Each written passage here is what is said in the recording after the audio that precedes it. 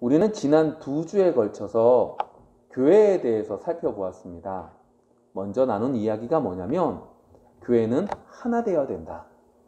이 하나라고 하는 걸 서로 간의 노력으로 서로 간의 욕심을 버리면서 하나 된다는 의미가 아니라 하나님께만 공급함을 받고 하나님이 주시는 것만으로 행하며 하나님이 주신 것만으로 살아가는 것이 하나 되는 것이다. 나도 하나님께 향하고 다른 사람도 하나님께 향해질 때 우리는 하나 될 수 있다라는 이야기를 나눴죠. 그런데 그렇게 하나 될 때의 중요한 부분 중에 한 가지가 뭐냐? 예수님의 피다. 예수 그리스도의 그 보혈의 피의 은혜로 우리는 하나 될 수 있다라고 지난주에 이야기를 나눴습니다. 이방인인 우리와 유대인과 막힌 담이 되었던 이 율법을 예수님께서 완성하시고 완성하셨기에 폐하심으로 이전에는 율법을 가지고 정죄받았다면 이젠 예수 그리스도의 보혈의 피에 속했느냐 속하지 않았느냐에 따라서 그 모든 것들이 달라지게 되었다라고 말씀을 드렸습니다. 여전히 약한 모습입니다. 여전히 악한 모습을 가지고 우리는 살아가지만 예수님의 보혈의 피를 의지하며 교회 안에서 부딪히며 싸워가며 하나 되는 과정 속에서 우리는 한 걸음 한 걸음 하나님의 작품으로 나아갈 수 있게 되는 거죠. 예수님의 피를 보혈의 피의 은혜가 우리 속에 있다고 해서 안 좋은 일들이 전혀 일어나지 않는 것이 아니라 어려운 일들 속에서 그 어려운 문제들 속에서 예수님의 피를 의지하고 하나님께 나아가는 것이 정말로 우리가 바로 서 나아가는 것이다 라고 이야기를 나눴죠. 그런 면에서 우리 교회는 지난주에 예수님의 피를 의지하고 그리고 더욱더 하나 될 수 있는 일들이 더러 있었습니다. 낙심하고 있는 것이 아닙니다. 그런 때일수록 예수 그리스도의 피를 의지하며 그리고 하나님을 바라보며 그리고 하나님이 주신 힘으로만 나아가는 우리가 되어지기를 소망합니다. 여러분, 주일날 말씀이 선포가 돼요. 그러면 이 말씀은 그냥 그렇구나가 아니라 이 말씀은 남아있는 6일의 삶 속에 이 말씀의 역사하심이 나타나게 되어져 있습니다. 6일의 삶 속에 주일에 들은 그 귀한 말씀을 부여잡음에 6일의 삶 속에 어렵고 힘든 일들을 만날 때 이 말씀이 기억나 승리하게 되고 그리고 이 말씀으로 인하여 살아갈 수 있게 되죠. 그런 면에서 지난주에 예수 그리스도의 보혈의 피를 의지하고 나아가라 라고 하는 부분들은 우리에게 큰 은혜가 되었고 그것이 바로 축복의 시작점이 되었다라고 하는 걸 우리들이 지금 기억하고 알게 된다면 지금 우리 오늘 주시는 이 말씀을 기대하며 들어야 된다는 거죠. 기대가 됩니다. 하나님께서 어떻게 이번 주는 오늘 주신 이 말씀을 통하여 6일 동안 우리의 삶을 주관하고 계실지, 어떻게 우리에게 역사하여 주실지, 어떻게 우리에게 은혜를 베풀어 주실지, 이 마음을 가지고 오늘 이 귀한 말씀을 받기를 원합니다. 그리고 이 마음을 가지고 이 믿음을 가지고 6일의 삶 속에 승리할 수 있는 여러분들이 되어지기를 소망합니다. 오늘 말씀은 사도행전 2장 어떻게 보면 초대 교회에 있어서 중요한 사건 가운데 한 가지입니다. 바로 성령이 임하시는 장면이죠. 오늘 말씀을 통해서 교회에 있어서 중요한 성령의 임하심 그리고 4절에 나오는 것처럼 성령의 충만함 이러한 부분들을 좀 살펴볼게요. 그래서 이번 한 주 특별히 우리 교회 가운데 그러한 것이 넘칠 수 있는 우리 교회가 되어지기를 소망합니다. 먼저 1절 한번 읽어볼까요? 다 함께 시작. 오순절 날이 이미 이름에 그들이 다 같이 한 곳에 모였더니 오늘 성령님이 임하시는 그 날이 언제냐면 오순절이라고 하는 기간 절기라고 말을 합니다. 유대인들에게 있어서 3대 절기가 있는데 유월절 그리고 두 번째가 오순절 그리고 세 번째가 초막절이라고 하는 이 세 번의 절기가 있습니다. 근데 이 절기 가운데 예수님께서 돌아가셨을 때의 절기가 어느 때였냐면 6월절이라고 하는 기간이었습니다. 그래서 예수님 최후의 만찬을 하셨던 그때가 다른 말로 말하면 6월절 만찬이 되겠죠. 예수님께서 6월절 날 잡히시게 6월절 절기 때 잡히시게 되었고, 그리고 십자가에 못 박혀 돌아가시고, 그리고 부활하셨습니다. 성경에 보면 그 부활하신 날을 뭐라고 표현하냐면 안식 후 첫날이라고 표현합니다. 우리가 지금 좀 기억하셔야 될 게 6월절이라고 하는 절기와 그 이후에 그 다음 날부터 7일 동안 무교절이라고 하는 절기가 붙어 있음을 아셔야 됩니다. 6월절이라고 하는 절기는 애굽에서 이스라엘 백성들이 출애굽할 때 완벽하게 바로가 두 손 두 발 다 들게 되는 장자 첫 번째 난 모든 것들이 죽는 그 재앙 가운데 이스라엘 백성들을 살려주게 되는 그 절기가, 그 재앙이, 그 모습이 6월절의 모습이었고, 그 모습 이후에 일주일가량 무교병을 먹으면서 정결에 대한 의미를, 그리고 여러 가지 의미들을 하나님의 구원에 대한 의미들을 되뇌이라고 하나님께서 이스라엘 백성들에게 제정해 주셨죠. 그래서 예수님께서 6월절 절기 때 돌아가시고 부활하신 그날이 언제쯤이냐면 이 무교절이 시작하는 기간이었습니다. 예수님이 부활하신 첫날, 다시 말하면 무교절이 시작하는 그날 7일이라고 하는 안식일이 7번 지나는 거죠. 다시 말하면 완전한 수가 7번 있는, 그래서 거기서 플러스 1을 더해서 50일이 되는 날 10이라고 하는 단어를 순이라고 하는 말로 바꿀 수 있어서 오순절이라고 부르기도 하고 77절이라고 부르기도 합니다. 그 절기 속에 오늘 성경 속에서 보시면 성령이 임하셨습니다 라고 말을 하고 있죠. 6월절 하나님이 구원해 주셨습니다. 모든 첫째 난 모든 것들이 죽어갈 그때에 어린 양의 피를 문설주에 바른 사람, 그 집만 넘어가서 그 집에 있는 생명들은 살아남게 되는, 예수님의 보혈의 피에 대한, 어린 양의 피에 대한 의미를 다루고 있는 그 6월절이 지난 이후에 완전수가 완전한 이후 오순절이 됐을 때 누가 나타나셨어요? 성령이 하늘에서 오게 되셨죠. 그냥 우리한테 애우기 쉬우라고 오순절 때 예수님께서 임하셨어요 라고 말하는 게 아닙니다. 하나님은 엄청나게 큰 계획 속에서 이 모든 것들을 준비하셨죠. 열심히 열심히 120문도가 열심히 하나님 앞에 예수님께서 말씀하신 대로 열심히 기도하셨기 때문에 성령이 임한 게 아니라 이미 하나님께서는 계획 가운데, 큰 그림 가운데 6월절이라는 절기를 이스라엘 백성들에게 주셨고, 그리고 50일이 지난 오순절이라는 절기를 또다시 주셔서 이스라엘 백성들에게 어떻게 해요? 예수님에 대한 그 일련의 과정들에 대해서 미리 알려주신 거죠. 계획 안에 있었습니다. 다른 말로 해볼까요? 그 계획 안에 우리가 있다는 거죠. 하나님은 우리를 너무나 많이 사랑하여 주셔서 하나님의 계획 속에서 우리를 지금 이곳까지 인도하게 하셨고, 하나님의 인도하심 속에, 하나님의 역사하심 속에, 하나님의 계획하심 속에 우리가 하나님의 일에 동참할 수 있도록 은혜를 베풀어 주셨죠. 여러분, 우리는요, 하나님의 계획 안에서 하나님의 일에 동참할 수 있는 은혜를 얻은 자들입니다. 그렇기 때문에 여러분, 오늘 하루 살아가실 때 당당하십시오. 우리가 볼 땐 그냥 별 볼 일 없는 인생을 살아가는 것 같지만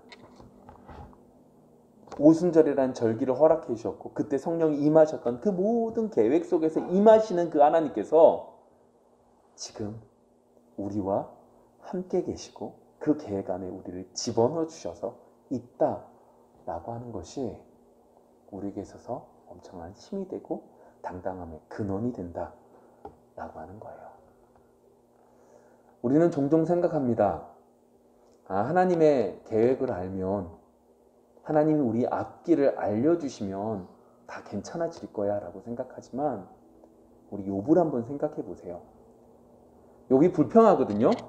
하나님, 왜 저한테 이런 어려운 일들을 주십니까? 라고 불평하는데, 그 욥에게 하나님께서 나타나셔서 하나님이 어떻게 그 모든 것들을 섭리하시고 계획하시고 진행하시는지 그 많은 것 가운데 일부분만 너 이것을 내가 질문할 테니까 대답해봐 라고 말했을 때 욥은 아무 대답을 할 수 없었어요. 여러분, 하나님께서 지금 우리에게 원하시는 건 내가 지금 있는 이 상황 속에 어떻게 하면 어려운 일들을 잘 피하며 살까? 내가 한 번도 어려운 일들을 당하지 않았습니다. 나는 하나님을 온전히 잘 믿는 사람입니다. 라고 말하고 있는 자를 찾으시는 것이 아니라 내가 있는 이 상황 속에 어려운 일들이 막 오는 그 가운데서도 하나님을 믿음에, 하나님의 계획 안에 내가 있음을 믿음에 지금 이 상황 속에 기뻐하며 감사하며 한 발 한 발 나아가기를 원하시는 거죠. 그 은혜가 우리에게 있기를 원합니다. 정말 그 은혜를 알기를 원합니다. 내가 있는 이 상황 때문에 힘들어하고 있는 게 아니라 내가 있는 이 상황 속에서도 역사하시는 하나님을 기대하기에 당당히 나아갈 수 있는 여러분들이 되어지기를 소망합니다. 이게 성령의 임재라고 하는 큰 은혜가 되죠.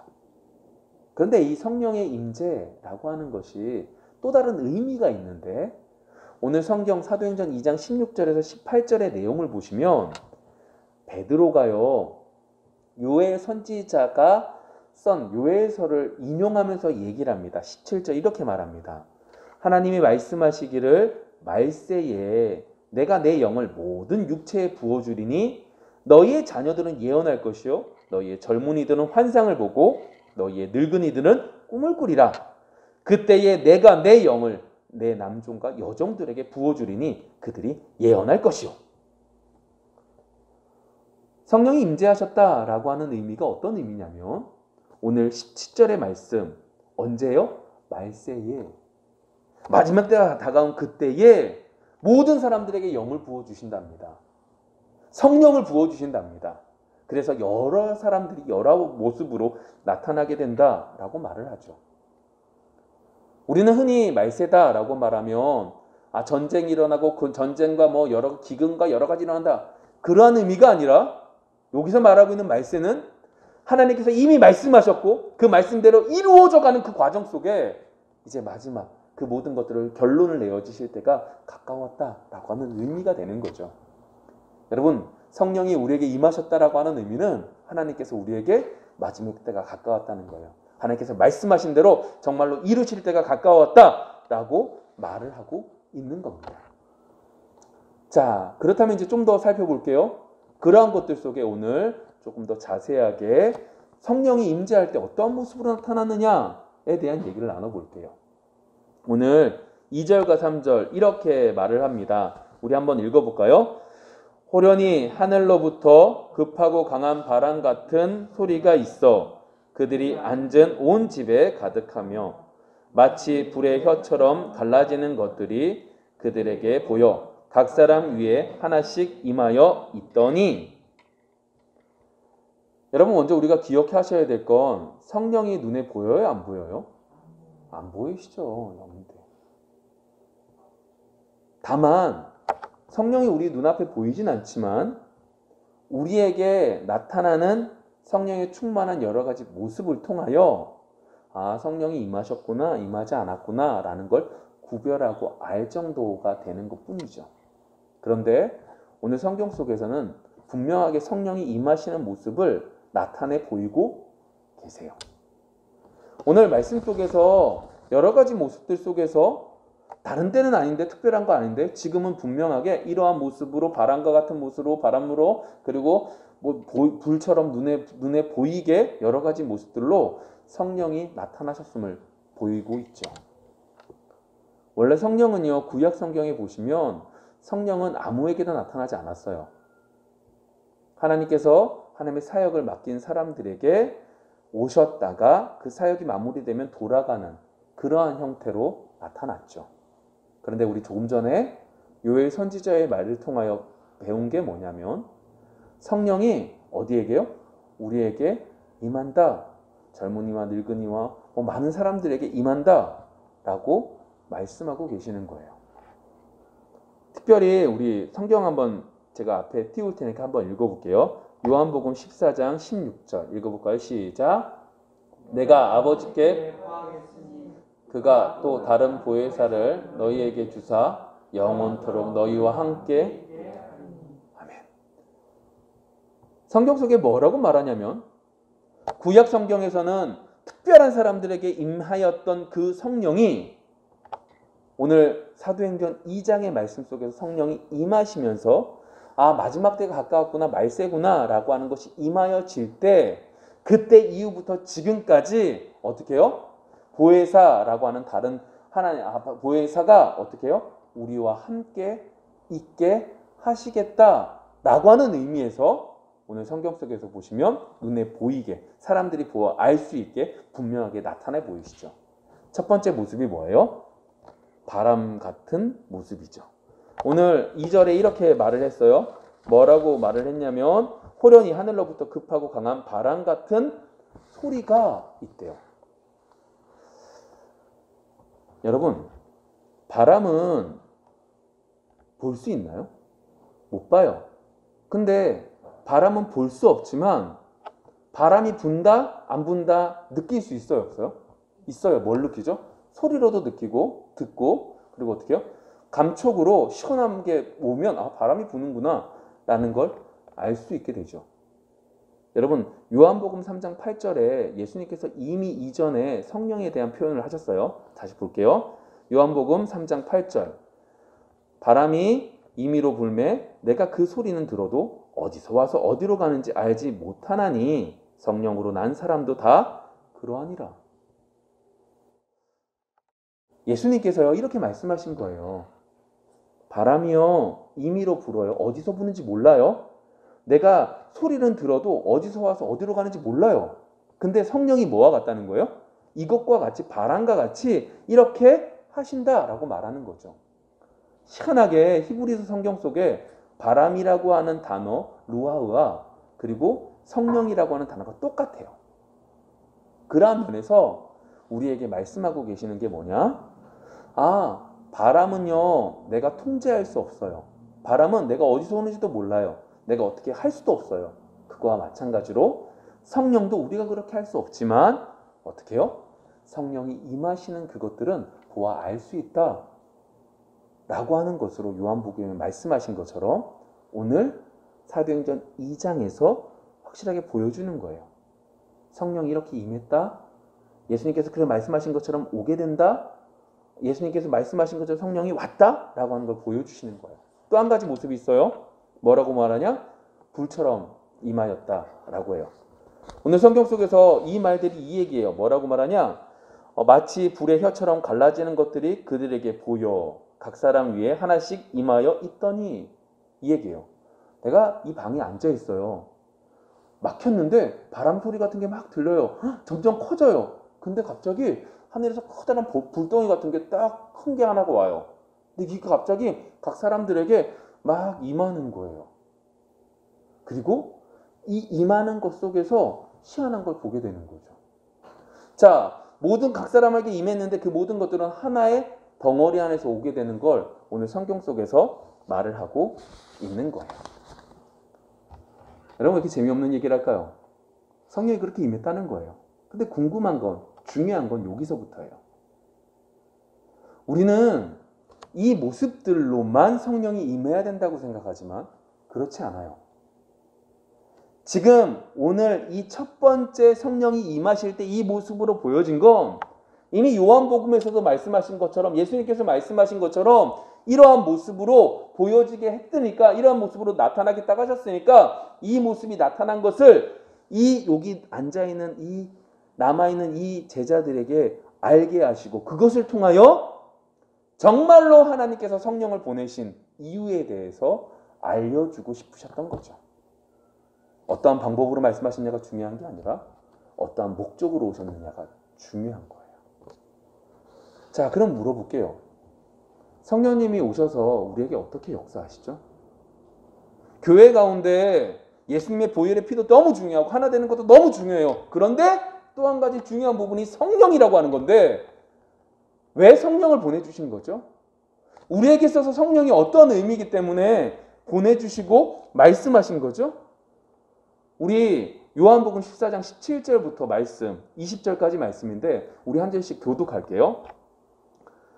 그는 진리의 영이라 세상은 능히 그를 받지 못하나니 이는 그를 보지도 못하고 알지도 못함이라. 그러나 너희는 그를 아나니 그는 너희와 함께 거하시며 또 너희 속에 계시겠음이라.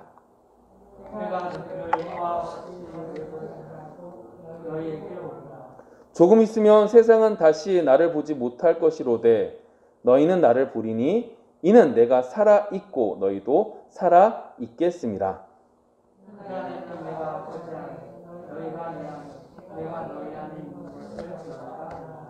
아멘. 오늘 말씀이 이 얘기예요. 세상은 안다 모른다? 모른다. 성령을 받지도 못하고 알지도 못해요. 근데 우리는 성령을 받은 사람들은, 성령이 임한 사람들은 안돼요. 왜요? 우리 속에서 진리의 영이 되시는 성령님께서 어떻게 해요? 성도들에게 그것을 계시다는 것을 알려주시기 때문에 안 돼요. 그 진리 안에 우리 속에 있는 그 성령님은 어떻게 해요? 우리를 진리 가운데로 끄집어 당겨 주신대요. 그래서 어떻게 해요? 주님과 하나님과 함께 더불어 주와 함께 살 수 있도록 도와주십니다 라고 말하고 있는 거죠. 성령님께서 오신 이유가 뭐 때문이래요? 우리를 주와 함께 동행하며 살게 하기 위해서 성령이 우리에게 임하셨다라고 하는 거예요. 진리를 알려주시고 진리대로 살아가게 하시고 하나님의 뜻이 무엇인지 알려주셔서 하나님께로만 받은 것을 가지고 살아갈 수 있도록 도와주시는 분이 성령이래요. 그런데 여러분, 우리에게서 성령은 어떤 의미로 받아들여지셨습니까? 분명히 성령이 오셨던 건 불의 혀처럼 그리고 바람 소리 같은 그러한 여러 가지들이 중요한 게 아니라 성령이 오셔서 우리 속에 예수 그리스도를 마음에 품고 살아갈 수 있도록 도와주는 그러한 은혜의 역사가 우리 속에 진리로 인도하는 그 역사가 있다라고 말씀하고 계시는데 우리에게서 성령은 어떠한 의미로 여러분들에게 다가오고 계셨습니까? 혹시 요술램프의 지니처럼 내 소원을 이루어주는, 내가 필요할 때만 요구하는 그러한 분으로 성령님을 인식하고 있지는 않으신가요? 이번 한 주 얼마나 내가 많은 기도에 응답을 받았는지, 내가 얼마나 내가 원하는 것들이 채워졌는지 살펴보는 것이 아니라 얼마나 많이 진리 가운데 살아가려고 몸부림치고 진리가 무엇인지 알게 되었는지 세워볼 수 있는 귀한 시간이 되기를 원합니다. 분명히 성령은 우리 속에 임재하여서 진리를 알려주고 계시는데 어떻게 하는 것이 하나님이 기뻐하시는 것인지 알려주시는데 여러분 무시하며 살지 맙시다. 이 땅에서 얼마나 크고 얼마나 멋있게 살아가느냐가 중요한 게 아니라 얼마나 성령님께서 알려주고 싶어 하시는 것들을 누리고 있는지 이번 한 주 고민하면서 기도하면서 나아갈 수 있는 여러분들이 되어지기를 소망합니다. 이러한 목적을 가지신 성령님께서 분명하게 이게 성령이 임한 거야 라고 하는 것을 사도행전 2장에서 이렇게 딱 나타내 보이셨는데 이러한 모습을 딱 받은 사람이 4절에 보면 현상들이 나타나게 되는 것들을 보게 돼요. 오늘 4절 말씀 이렇게 됩니다. 그들이 다 성령의 충만함을 받고 성령이 말하게 하심을 따라 다른 언어들로 말하기 시작하니라. 세 가지의 모습이 나타나네요. 첫 번째가 뭐냐? 성령의 충만함이래요. 여러분, 이번 한 주가 성령의 충만한 한 주가 되어지기를 원합니다. 성령의 충만함이라는 건 뭐냐면 여러분들이 손을 얹으면 병자가 낫고 기적이 일어나고 이런 여러 가지들을 의미하고 있는 게 아닙니다. 성령의 충만함이란 내 속에 내 생각과 내 고집과 내 시기와 내 모든 욕망들이 가득 차 있는 내 속에 이 모든 것들이 벗어지고 하나님의 영이, 성령이 내 가운데 가득 채워지는 거죠. 가득 채워질 때 여러분들에게 뭐가 나타나냐? 말할 수 없는 기쁨이 나타납니다. 이해할 수 없는 기쁨이 나타납니다. 말할 수 없는 기대감이 나타납니다. 나는 못하지만 하나님이 하시거든요. 나는 안 되거든요. 나는 지금 못하는 상황이에요. 나는 안 돼요. 그렇지만 하나님이 하시거든요. 기쁨이 넘치고 기대감이 넘치고 용기가 나고 그리고 다른 사람들을 사랑하게 되는 거죠. 이러한 충만함이 있는 우리 교회가 되어지기를 원합니다. 내가 어떠한 상황이 있든지 이러한 충만함이 있을 때 우리 교회는 더욱더 하나님이 보시기에 아름다운 교회가 되어질 줄 믿습니다. 또 한 가지 모습이 있습니다. 두 번째 뭐냐? 성령의 말하게 하심을 따랐답니다. 성령이 말하게 함이 사람들의 말 속에 들어갔답니다. 이걸 다른 말로 해볼게요. 쉽게 여러분, 우리가 하나님 말씀을 듣습니다. 근데 이 말씀을 다 이해할 수가 없습니다. 성경 말씀이 너무 어렵습니다. 근데 성령이 임하심에, 성령이 우리 속에 역사하심에 그 말씀이 이해되게 됩니다. 여러분, 말씀이라는 거는요, 그냥 보면 글씨입니다. 쉽게 더 속되게 말하면 정말 어려운 글씨입니다. 쓰지도 않는 단어들로 가득합니다. 그런데 이 말씀이 성령이 임하심에, 우리 속에 역사하심에 이 말씀이 꿀송이보다 달아지기 시작합니다. 이 말씀이 너무나 좋은 말씀이 되어집니다.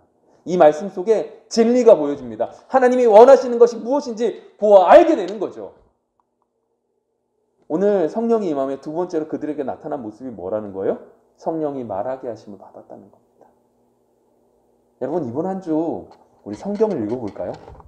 성경을 읽는 것 속에 하나님이 분명히 우리 교회에 오늘 주신 말씀과 더불어서 역사하신다면 그 말씀을 읽는 그 속에 하나님이 여러분들에게 은혜를 베풀어 주실 줄 믿습니다. 깨닫게 될 줄 믿습니다. 내가 상상할 수 없는 내 범위를 뛰어넘는 하나님이 하나님 되심이 보여지는 말씀이 여러분들 삶 속에 분명히 나타나게 될 줄 믿습니다. 그게 두 번째로 성령의 말하게 하심을 따라서 말하게 되는 모습들이었죠. 세 번째 모습이 뭐예요? 뭐라고 해요? 다른 언어들로 말하기 시작했다. 예전 성경에서는 이제 방언이라고 말을 하고 지금 성경에 바뀌어서 다른 언어들로 말하게 됐다라고 말을 하죠. 오늘 성경 속에서 나오는 이 방언, 이 다른 언어들이라고 말하는 건 외국어를 말합니다. 성령이 충만할 때 너무나 기쁜 나머지 다른 방언으로 말하고 있는, 그래서 그 방언이 내가 통제할 수 없는 그런 언어로 나오는 그러한 방언을 의미하는 것이 아니라 그것에서 한 단계 더 올라간, 왜요? 실제로 다른 사람들이 들어서 알 수 있는 다른 언어들로 오늘 성경 속에서 말을 하기 시작했다라고 말을 하죠. 왜요? 오순절 기간이에요. 유대인들에게 있어서 3대 절기 가운데 하나인 오순절 땐 많은 외국에 있는 사람들이 오거든요. 그때 다른 언어들로 말을 해서 진리에 대한 성경의 가르침을 가르쳐줘서 예수 그리스도에게 선포되어져서 큰 역사가 일어날 수 있게 성령께서 역사하셨기 때문에 다른 언어들로 말을 하게 된 거죠. 여러분, 이런 현상들이 있었답니다. 여러분들에게 이런 현상들이 있기를 원합니다. 정말로 여러분들 속에 성령이 충만하여서 말할 수 없는 기쁨이 여러분 속에 가득하고 말할 수 없는 기대가 나타나고 하나님 앞에 용기가 나타나고 사랑이 나타날 수 있는 여러분들 되기를 원합니다. 여러분들이 말씀을 읽으면 그 말씀의 은혜가 여러분들에게 촉촉촉촉 들어가서 이 깊이를 깨달을 수 있는 이번 한 주가 되어지기를 원합니다. 더 나아가서 다른 언어들로 복음을 전할 수 있는, 하나님의 말씀을 전할 수 있는, 그래서 더 큰 하나님의 역사가 일어날 수 있는 시작점이 여러분들의 인생 속에 이번 한 주에 나타나지기를 소망합니다. 근데 이러한 것들을 마지막으로 한 성경 구절을 다루면서 한 말씀을 읽고 그 말씀 속에서 우리가 결론을 좀 냈으면 좋겠어요. 로마서 말씀인데 8장 14절부터 17절까지 말씀 한 절씩 교독할게요. 천천히 읽을게요. 무릇 하나님의 영으로 인도함을 받은 사람은 곧 하나님의 아들이라. 너희는 다시 무서워하는 종의 영을 받지 아니하고 양자의 영을 받았으므로 우리가 아빠 아버지라 부르짖는다. 성령이 친히 우리의 영과 더불어 우리가 하나님의 자녀인 것을 증언하시나니 자녀임은 또한 상속자 곧 하나님의 상속자여 그리스도와 함께한 상태니 우리가 그와 함께 영광을 받기 위하여 고난도 함께 받아야 할 것이니라. 아멘. 여러분 말씀 속에서 뭐라고 말하고 있냐면 하나님의 영으로 인도함을 받은 사람들은 종의 영을 받지 아니했다. 그래서 어떻게 해요? 양자의 영을 받았기 때문에 이제 하나님을 어떻게 해요? 아빠 아버지라고 부를 수 있다라고 말을 합니다. 우리는요 하나님을 아빠 아버지라고 부를 수 있는 사람이 아닙니다. 이미 우리의 선조가 아담이 범죄함으로 그 범죄함으로 우리는 다 죄의 자녀가 되었죠. 아담이 잘못이다? 아니요. 우리가 만일 아담의 자리에 있다 할지라도 우린 더 했겠죠. 그런데 오늘 성경 속에서 뭐라고 그러냐? 그렇게 공중권세 잡고 있는 마귀의 자녀처럼 살아가고 있는 우리를 예수님께서 돌아가심으로 십자가의 보혈의 피로 우리를 구원해 주셨죠. 근데 문제는 이거예요. 분명히 하나님께서 우리를 구원해 주셨고 예수 그리스도의 은혜로 구원해 주셨는데 우리가 그것을 안다 모른다? 모른다. 그래서 오늘 성경 속에서 뭐라고 말을 하냐면 우리가 하나님을 아빠 아버지라고 부를 수 있는 건 예수님께서 돌아가신 그것이 성령님을 통하여 어떻게 해요? 깨닫게 해주시는 그 은혜가 있었기에 우리는 하나님을 아빠 아버지라고 부를 수 있는 거예요. 여러분 우리가 하나님을 아빠 아버지라고 부를 수 있는 건 성령님께서 우리에게 깨닫게 해주셨기 때문이죠. 오늘 말씀을 따지면 뭐라고요? 증언하셨다라고 16절에 말하는 것처럼 그런 은혜가 있었기 때문에 어떻게 해요? 우리 하나님을 성령님을 통하여 하나님을 아빠 아버지라고 부를 수 있는 거죠. 예수 그리스도의 죽으심이 십자가의 보혈의 피가 우리에게 너무나 큰 은혜가 되는 거죠. 여러분 그렇다면 오늘 결론적인 얘기를 한번 해볼까요? 우리가 하나님을 아빠 아버지라고 부를 수 있는 성령의 은혜가 이번 한 주 가득하기를 소망합니다. 다른 말로 말해볼게요. 우리가 성령의 임하심을 받은 성령의 충만함이 있는 우리라면 우리에게 이제 더 이상 걱정과 근심은 없습니다. 이게 결론이에요. 없습니다. 여러분 없으십니까? 분명히 오늘 지금까지 이야기들을 통해서 보면 성령이 우리에게 임하시면 성령의 충만함도 이루고 여러 가지 모습들이 있지만 결국 이 모든 것들을 통하여 아빠 아버지라고 부를 수 있음에 우린 더 이상 걱정과 근심이 없다라고 하는 게 결론이 나져야 되는 거죠. 여러분 삶 속에 어떠십니까? 걱정과 근심이 없으신가요? 있죠. 당연히 있죠. 없을 수가 없죠. 당연히 있죠. 그런데 중요한 한 가지. 성령이 임하시고 성령의 은혜가 충만한 우리들은 그러한 생각들을 어떻게 해요? 오늘 말씀, 로마서 말씀을 그대로 받는다면 마지막 17절 자녀이면 또한 상속자 곧 하나님의 상속자요 그리스도와 함께한 상속자니 우리가 그와 함께 영광을 받기 위하여 뭐도 함께 받아야 되는 거예요? 고난도 함께 받아야 된다 라고 하는 말씀에 의지하여 보면 근심과 고난이 있죠. 근심과 걱정이 있죠. 그런데 우리는 이 모든 것들을 어떻게 해요?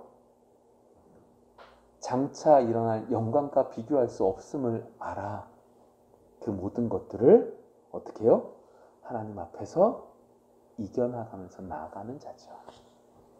근심과 걱정 분명히 와요. 그런데 이것을 근심과 걱정 속에 파묻혀 사는 것이 아니라 성령이 우리와 함께 계심에 하나님을 아빠 아버지라고 부를 수 있음에 감사하면서 묵묵하게 한 걸음 한 걸음 나아가는 자가 되는 거죠.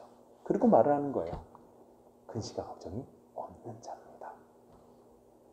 내 실력 때문에 없는 게 아니라 하나님 아버지의 믿음에, 성령이 우리 속에서 역사하심에, 하나님이 나의 아빠 아버지가 되심에 그 모든 것들이 없습니다 라고 하는 고백이 우리의 삶 속에 나타나기를 원합니다.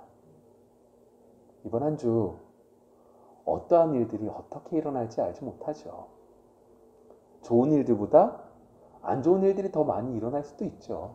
그러나 우리 기억하십시오.